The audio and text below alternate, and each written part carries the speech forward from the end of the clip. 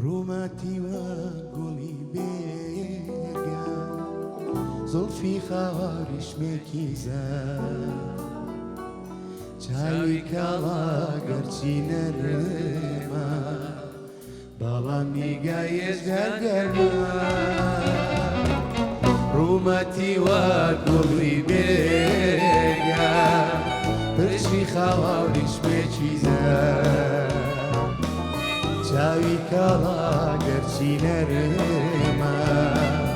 بەڵام نیگایەش هەرگەرمە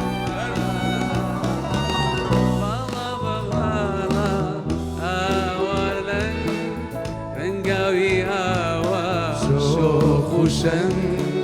وا دیارە من نەمدیوە لەو چەشنە بەژنیاکەمە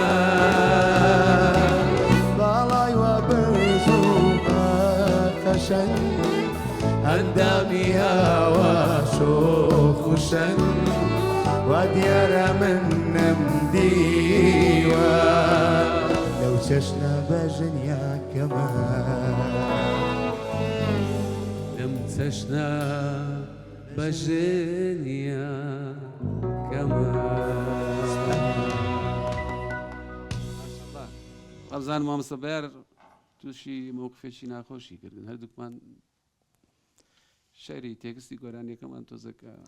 دوورمان خستەوە بۆی شتەکان دیار احتیمادم بە تۆ بووە مزای تۆ لەگەڵ زەمانێکی زۆرە بەڕاستی ئەوانە یەک لە پایەکانن کە موسکای ئەوەی کێسا خەریکین ئەوانە ئێمە لەوانە فێر بووین و ئیشەکانی قادردیان پایی هەیە ینی بیگ باند و شەی هەر نەبوو ئەو وەختە هەر موسیقمان نەبوو ئەگەر تۆم لە حەزەی تاریخی موسیقی هەر کورد بکەی من ئەو کەسانی کە داناوم لە حەزە کە زۆرینیان مەسیحی بوون یعنی بەڵام فەرقی ئەوە نەبووە مەسەلەن ئەوە شار بێ و ئەم سەرە و سەر بێ کەسانێک بوون لێزان بوون هاتوون کەسانێکی تریان فێر کردووە ئەوانیش بۆ ئەوی بجیل بە دوای جیل ئێمە بێ مەمنونیان خۆی زیاتر کەنیسە دەوری باڵای هەبووە لە بۆ پەرەدان بە مۆسیقا بەڕاست منیش قەناعەتم لەبەرەوەی لەوانەیە زۆربەی مەسیحیەکان بوونە کە لەبەرەوەی لە کەنیسە بە بەردەوام مۆسیقا هەبووە منیش قەناعەتم بەڵام ئەوانی کەش تەبعاً تەقسیریان نەکردووە ئەو بەرهەمە جوانانەی کە ئێستا تۆ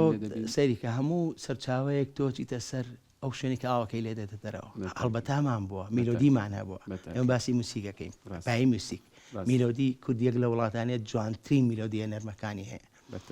لەو مەسەم ئەوەی کەم بە قەنەعەتم هەستەکەم ئێمە یەک تۆز ڕێچکەمان بە غەڵەتە ڕوا یەک تۆز لەوانێ غەڵەت بم من هەستەکەم تۆ گۆرانەکانت ڕیتمیکە شیعرەکە و ڕیتمیکە وتنەکە و ڕیتمیکە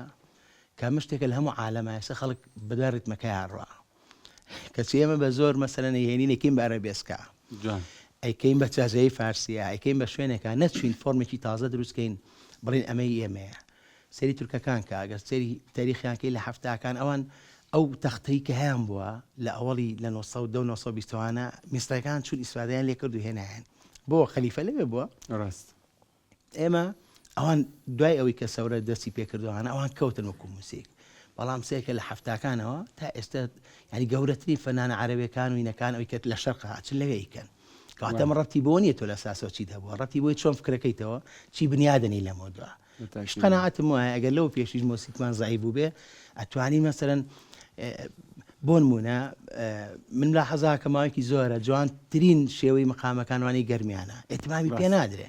وەلو اختصاسی من نییە مەسەلەن ئیشی بۆ نەکراوە یعنی مەسەرەن ئەو شێوەیە بێنەوە هەورامی بێنن ئەمانە ئەتوانی بکەی